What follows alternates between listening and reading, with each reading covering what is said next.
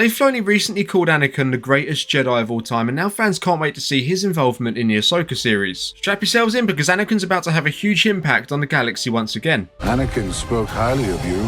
But that'll also bring a lot of pain for Ahsoka. I've seen what such feelings can do to a fully trained Jedi Knight. Let's look at what we know about Anakin's involvement already, how he's set to play a big part in the story, and why it will have a long-lasting impact on the galaxy, which at the moment is already going through a period of change. The Empire has fallen, but the Imperial remnants still remain, largely operating in the shadows through the Shadow Council, as we saw in The Mandalorian Season 3. They're largely trying to rebuild while they await the arrival of Grand Admiral Thrawn. The Republic's been restored and it's now known as the New Republic. They're trying to spread change across the galaxy, but whilst doing this, they're becoming too comfortable and they're completely ignoring the threat the Empire still poses. As well as this, they're also completely vulnerable to any kind of attack, thanks to the Military Disarmament Act that was passed, which saw them massively reduce their military. But they do have Din Djarin and Din Grogu now helping them on a case-by-case basis. And whilst all of this is going on, Ahsoka has heard whispers of Thrawn's imminent return to the galaxy, which has led to her trying to seek him out before he makes his way back.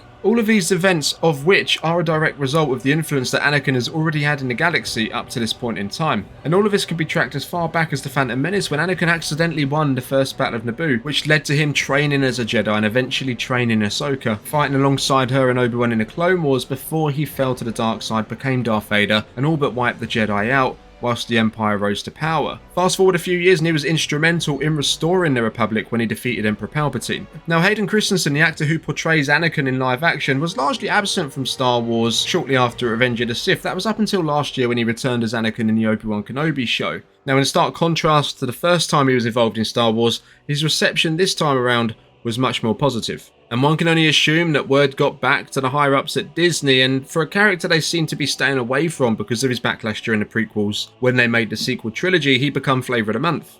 And reports soon surfaced of his involvement in the Ahsoka show. And this was also accompanied by rumours of how he's going to be involved in the show, coming from very reliable places. Now in one of the initial reports, it said that Anakin would play a part in the Ahsoka show, and this would be through the World Between Worlds. Now, if you're not sure what that is, if you haven't watched Rebels, it's effectively a portal that stretches across time and space, and you can go and visit different times, different locations. Ahsoka was actually saved through the World Between Worlds at one point. But it's said here that Ahsoka will enter the realm, and she'll see Anakin on Mustafar during Revenge of the Sith, and she'll see a younger version of herself going up against Anakin. This is effectively showing her lots of what-if scenarios, which is ultimately going to help her get over her own personal trauma of how Anakin fell to the dark side.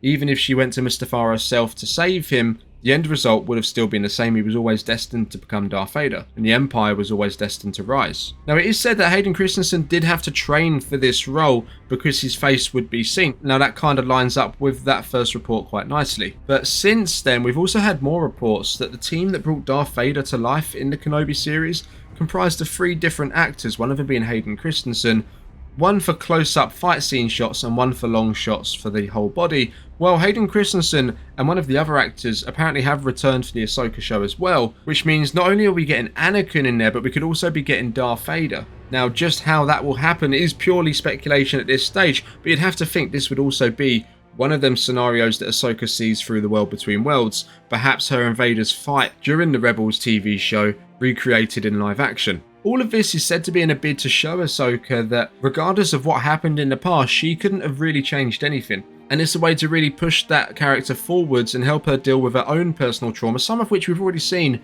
in The Mandalorian Season 2 in her reluctance to train Grogu. Now, if you notice in the first teaser trailer, these words flash towards the end: warrior, outcast, rebel, and Jedi. Now, to some people that might sound like a random bunch of words or different ways you could describe Ahsoka, and that could well be the case, but it could also represent different stages in that character's life. Now, where it mentions warrior, it could be representing her time growing up and leading into her early time within the Jedi Order, potentially the Clone Wars. Outcast would represent when she was framed for the Jedi Temple bombing and decided to leave the Order. Effectively, at that point, she would be an outcast. And then you get rebel, which is when she begins to fight against the Empire, when she helps Bail Organa. And we partly do see her struggle against the Empire in the Rebels TV show. And this is mostly where this character is now, I believe, going into the Ahsoka series. Then we have Jedi right at the end. So potentially, could this mean, as Anakin Skywalker is a part of the Ahsoka series if reports are to be believed, and to be honest, I do really believe him, could Anakin potentially appear to Ahsoka not just through the World Between Worlds, but also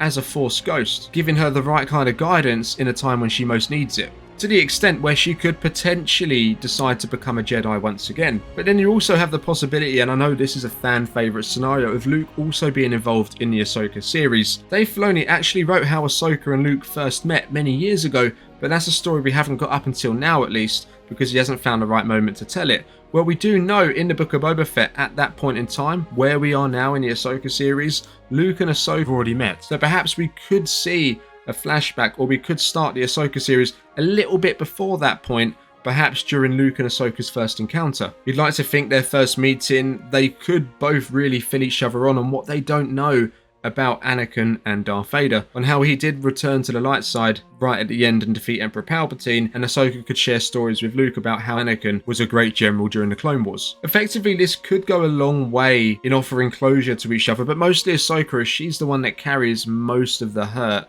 around what happened to Anakin, with her believing her decision to leave the Jedi Order played a part in his downfall. And what's more, maybe this could be the moment when Anakin makes his entrance as a Force ghost to meet the both of them. And you have to think, to have Luke, Ahsoka and Anakin all sharing a screen at the same time together is something that you'd associate mostly with fan fiction, but I know secretly most of us want it to happen. Now, although we haven't really seen it in live action, only briefly in the end of episode 6, Luke did partially communicate with his father after Return of the Jedi in some of the novels, but it's no guarantee that they won't be retconned for a live action story. Dave Filoni has done that before, and he's also done it for animated shows. Ahsoka, on the other hand, we don't know if she's ever communicated with Anakin through the Force after his passing.